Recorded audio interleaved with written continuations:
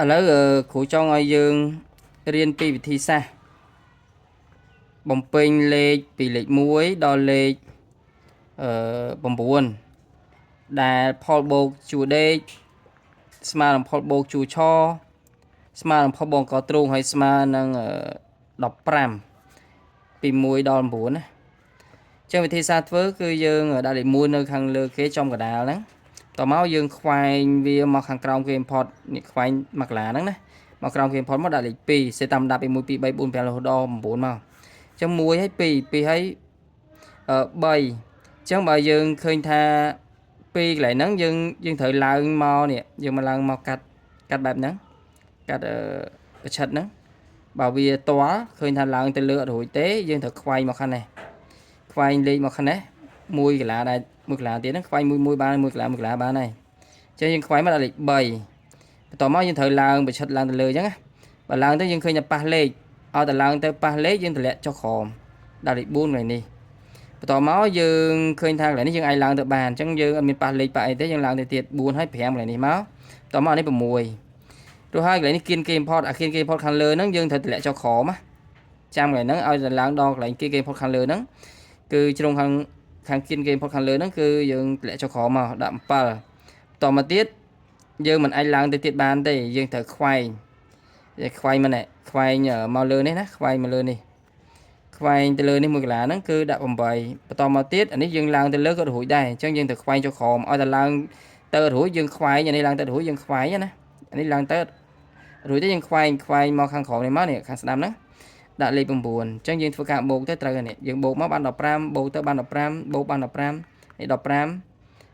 អានេះ15ណាគឺបូកជួរដេក15ជួរឆក៏15ហើយនឹងក៏ទ្រូងហ្នឹងក៏15ដែរឥឡូវយើងទៅ5កន្លោនម្ដងណា5កន្លោនអញ្ចឹងយើងរៀនគូសវាឲ្យចេះអញ្ចឹង1 2 3 4 5អានេះ5ដែរមក5ដូចគ្នា1 2 3 4 5បន្តមកធ្វើដូចគ្នាអញ្ចឹងគឺយើងដាក់ពីលេខ1ដល់លេខ25ដាក់ពីលេខ1ដល់លេខ25សំទោស25ដល់លេខ25បន្តមកគឺធ្វើម៉េចឲ្យផលបូកជួរឆរបស់យើងហ្នឹងវាស្មើនឹងផលបូកកទ្រូងហើយវាស្មើនឹងផលបូកជួរដេកផលបូកជួរដេកនេះស្មើនឹង65អញ្ចឹងស្មើគ្នាអញ្ចឹងវិធីសាស្ត្រធ្វើដូចមិញគឺអាមិញក៏វាយ៉ាងតិចគេថាស្រួលអានេះយ៉ាងច្រើនអញ្ចឹងយើងអាចគិតថាពិបាកអញ្ចឹងយើងមើលទៅដល់លេខ1ចំកណ្ដាលបន្តមកយើងខ្វែងវាដូចមិញអញ្ចឹងខ្វែងមកបាតគេ import មកកន្លាដែលនៅក្រោមគេ import មកខ្វែង1កន្លាហ្នឹងខ្វែងមកស្ដាំដល់លេខ2បន្តមកយើងឡើងប្រឆិតឲ្យតាប្រឆិតហ្នឹងយើងឡើងកាយយើងឡើងរហូតលេខ2ហើយលេខ3តែនេះឡើងទៅរួចទេបើឡើងទៅរួចទេវាទាល់ខាងខៀនអញ្ចឹងយើងខ្វែងមកខាងលើខ្វែងខាងលើដល់លេខ4ហើយយើងឡើងប្រឆិតបានទៀតយើងឡើងទៀតដល់លេខ5តែបើសិនឡើងទៅប៉ះជាមួយលេខយើងត្រូវតម្លាក់ចុះក្រោមណាអត់ប៉ះលេខតម្លាក់ចុះក្រោមមក16តោះមកយើង16ហើយយើងឡើងប្រឆិតចឹងទៀត1ហើយ7ហើយ8តោះមក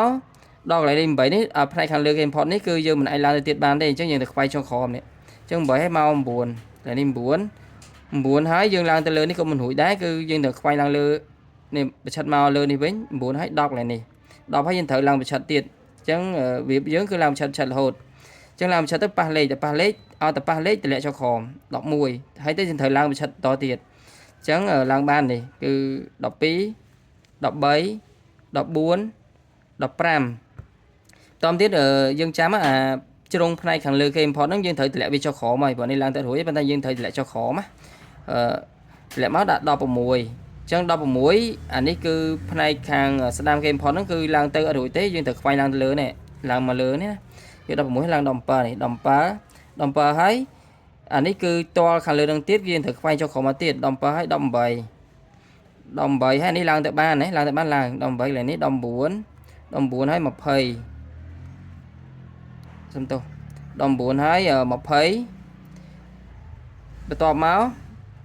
យើងប៉ះលេខមែនទេបុកលេខអញ្ចឹងយើងតម្លាក់ចុះក្រោម21ហើយយើងឡើងទៅបានឡើងទៀត22កន្លែងនេះទៅហើយយើងតល់ផ្នែកខាងគៀននេះយើងត្រូវខ្វែងឡើងលើនេះ22 23កន្លែងនេះ23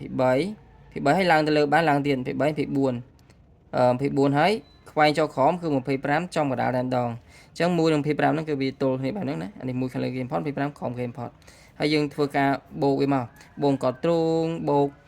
ជួដេកហើយនឹងបូកជួឆយើងទៅយើងនឹងដឹងថាតើវាស្មើនឹង65នឹងអត់ហើយណាបន្តមកទៀតគឺយើងរៀននឹងចេះហើយយើងនាំគ្នាធ្វើប៉ុន្តែវាបានតែកន្លងសេះណាអញ្ចឹងធ្វើនេះ7កន្លងម្ដងណា1 2 3 4 5 6 7 8 9 10កន្លងនឹងម្ដងមក1 2 3 4 5 6 7បន្ទាប់ពីធ្វើ7នឹងហើយយើងរៀនធ្វើ9រៀនធ្វើ9ចេះហើយរៀនធ្វើ11មកអញ្ចឹងយើងដាក់អញ្ចឹងមកខ្វែងរហូតអញ្ចឹងមកតោះរៀនធ្វើដល់គ្នាតិចទៅ